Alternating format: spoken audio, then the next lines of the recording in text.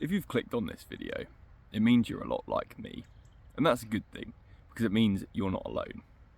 I want to share with you today some of my struggles over the last few years, and in a hope that if they apply to you, that you might be able to get something from it and be able to drive forward in your life in a way that hopefully helps you to avoid some of the pitfalls that I've dropped into.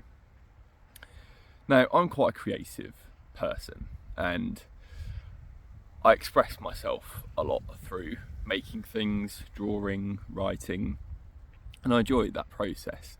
These videos, in fact, are a part of my creative expression.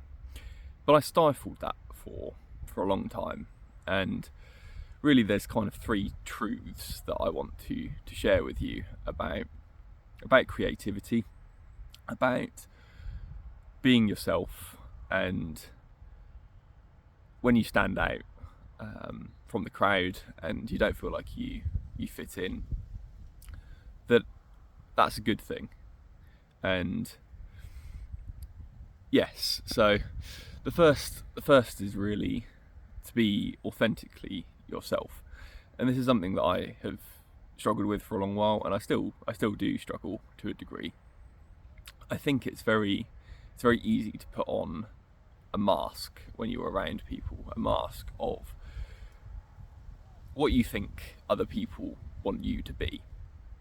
Now, my wife is autistic, and this is something that she really struggled with for a long while as well. And she still does. We both do. It's the act of when you're around a certain group of people, you become a certain type of person. You change your mannerisms, the way you speak, the words you use, sometimes even the clothes that you wear, because you want to fit in. And that's a normal thing, wanting to fit in.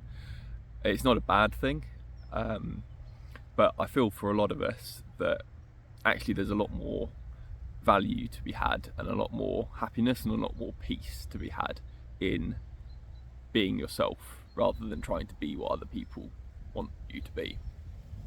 Being authentic to the things that you like, the way that you like to dress, the conversations, the topics that you're passionate about. That is you, and there's only one of you. There are however many billion people in this world, 7-8 billion now, but there's only one of you. And if you hide that, if you box it up, if you put it away just to try and fit in with everybody else around you, then the world has lost you. You've lost you. So that's really the first truth I wanted to share with you, is to be authentic, to be yourself. And for me, that's looked like steering away from some of the hobbies, some of the interests that I used to have to please other people, and forging my own path and doing things that I wanted to do because I was interested in them. And it does sound a bit selfish, but it's not. It's not a selfish act to be authentic, to be who you want to be, who you truly are. It's actually the most selfless thing that you can do, because only by being yourself can you live up to your full potential and share that with the people around you, and perhaps even the world as well. It's only by stripping away everything that isn't you that you can unlock the confidence, the security in yourself to go and do all of those things that you've always dreamt of doing but have never taken any action on. My second truth is that just because you're different, because you don't fit in, doesn't mean that you have to be lonely. It doesn't mean that you have to lock yourself away, and that whatever differences and uniqueness that you have is a bad thing that should be should be shut away, or that you shouldn't integrate with other people. In fact, community is such an important part of life, and whether that's in your relationships with a significant other, whether that's through your friendship groups, your work colleagues, perhaps your church, or a group of people that you hang out and do a hobby with, any of those things any of those communities really are very important for you to have. And just because you feel like you don't fit in, because you feel like you're different, maybe you stand out, that somehow that excludes you from being able to have a community. And that's just a negative belief. That's a limiting mindset that you can do away with. You don't need to fit in to have community. And again, it goes back to that first truth, that if your persona, if the way you are, the way you act is just to fit in with the people around you, you're doing them a disservice by not being your true self, and you're doing yourself a disservice as well, because you're not bringing your energy and your passions and all those other things that make you up and make you you. You're hiding them and you're not sharing them. Now, does it mean if you start to become more authentic and become more yourself, that sometimes you lose friends or partners or perhaps even communities? I've gone through all of those in my lifetime. I've changed, I've grown, I've become more me. And when you go through those transitions, it can be painful and you can lose people. I lost a relationship that I'd been in for 6 years. I lost a best friend that I'd been very close to for about 10 years. And I've lost communities as well of hobbies that I used to do that I no longer do as much as I used to enjoy them and enjoy the people. My life has just gone in a different direction and I've had to say goodbye to that. And yeah, it's a difficult process, and it can be painful, and it can take a long time. But just because you do lose those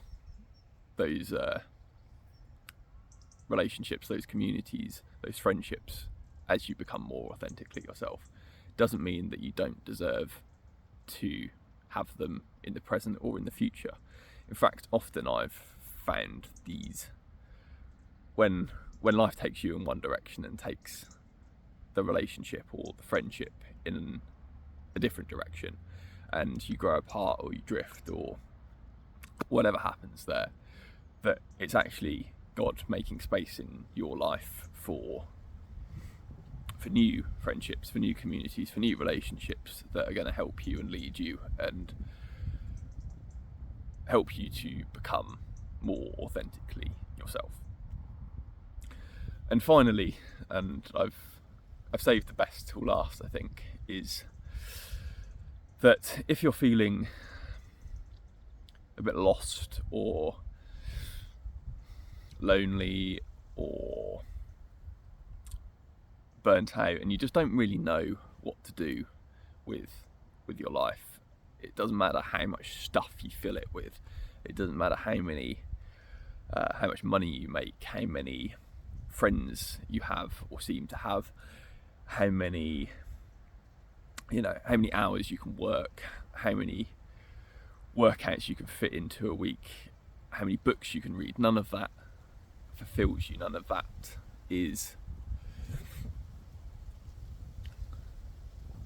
is really helping the emptiness inside.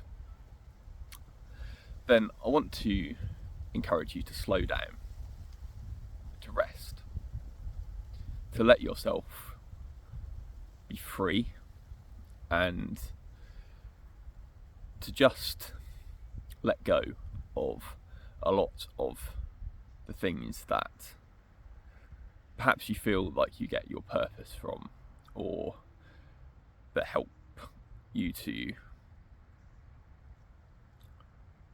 block out that nagging underlying sense of emptiness. I know I have done this myself many times. I've been very strict on my diet or my workout regime.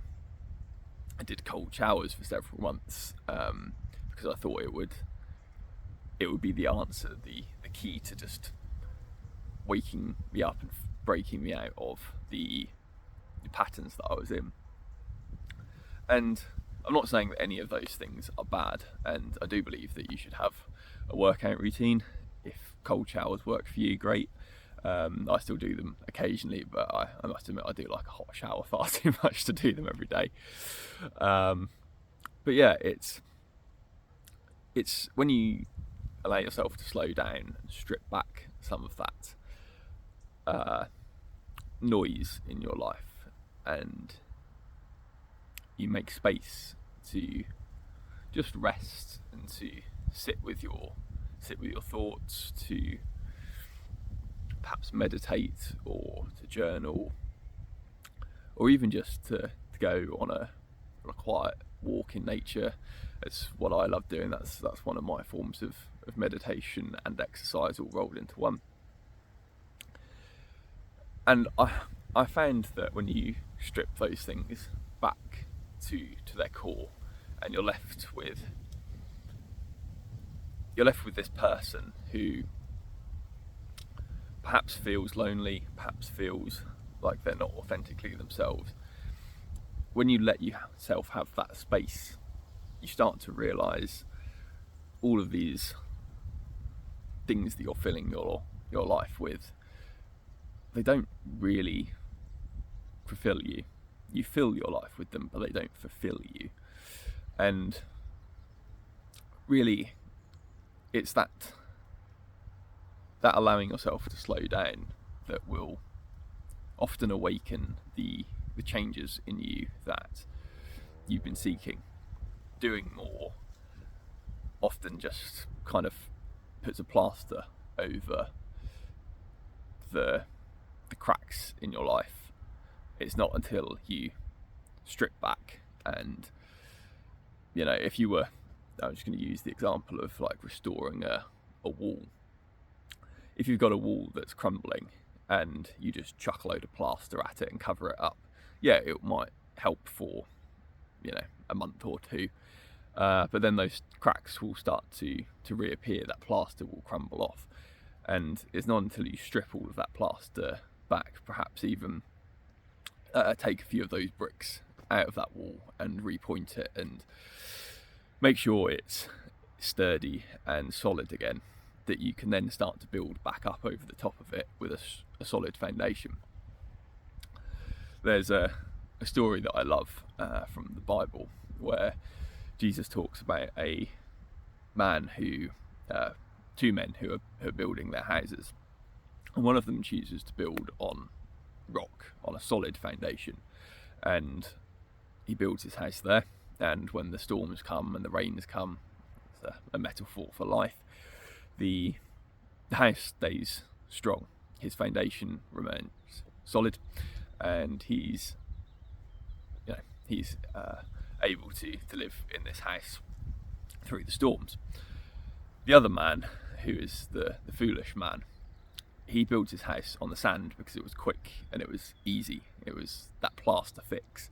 But because there was no solid foundation, when the storms came and the rains came, the foundations washed out of that house and it fell down. And this can happen to us. It can, if we're not building our life on our authentic being, on a foundation of a really good support network of friends and family and community, and if we are just filling our life with the easy quick fixes, when those hard times in life come, the wheels fall off very, very quickly, and that's something that I've learnt. It's a hard lesson that I've had to learn numerous times. And something else from that story is that solid foundation is God, building your life on the truths and the creation of the creator of the universe, and knowing that he has a plan for you and he is good. That can really just offer the peace and rest I think that a lot of us are striving for. And it's not until we allow ourselves to slow down that we often hear God's voice. I hope that's helped, and I just want to encourage you that if you feel like you don't fit in, there's a good reason for that, and it's because you're not meant to. So if you liked this video and you want to hear more, I'll be doing some more videos on kind of slowing down, slow living, but also on creativity and how to be more yourself, how to enjoy life more. And I hope that the lessons that I'm able to share will help you. So that's it for today, and take care, and I'll catch you next time. God bless.